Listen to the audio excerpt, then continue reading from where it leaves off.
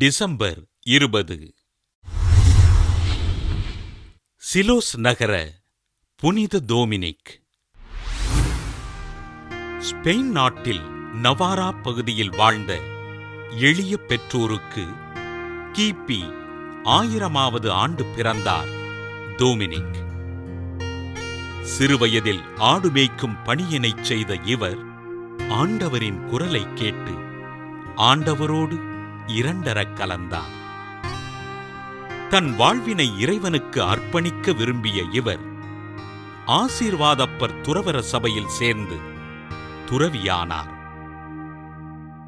ஆசீர்வாதப்பர் துறவற சபையின் பயிற்றுனராகவும் தலைமை துறவியாகவும் தன் பணிகளை திறம்படச் செய்த இவர் தன் சபை துறவிகளை அன்போடு அரவணைத்து வழிநடத்தினார்.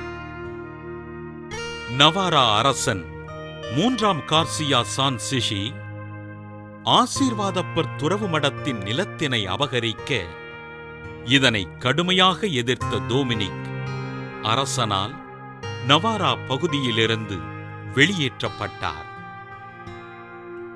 நவாரா பகுதியிலிருந்து வெளியேற்றப்பட்ட டோமினிக்கிற்கு காஸ்டில் நாட்டு அரசன் பெர்டினான் பாதுகாப்பளித்து சிலோஸ் நகரிலிருந்த புனித செபஸ்தியார் துறவு மடத்தினை அழிக்க டோமினிக் அந்நாட்டு மக்களுக்கு ஆண்டவரின் பணிகளைச் செய்தார்.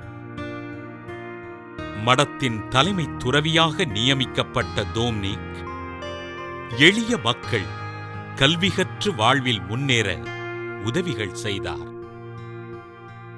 அடிமைகளாக இழுத்துச் செல்லப்பட்ட மூர் இனத்தவர்களை விலை கொடுத்து வாங்கி அவர்களுக்கு சுதந்திரமான வாழ்வினை அமைத்துக் கொடுத்த டோமினிக் கிபி 1073ஆம் ஆண்டு டிசம்பர் 20ஆம் நாள் விண்ணகம் சென்றார்.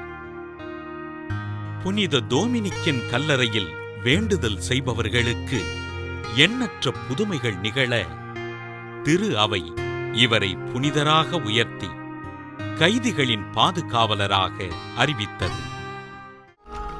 சிலோஸ் நகர் புனித டோமினிக் திருவிழாவினை கொண்டாடுகின்ற நாம் சிறையிலுள்ள கைதிகளுக்காகவும் அவர்களின் குடும்பங்களுக்காகவும் ஆண்டவரிடம் ஜெபிப்போம்.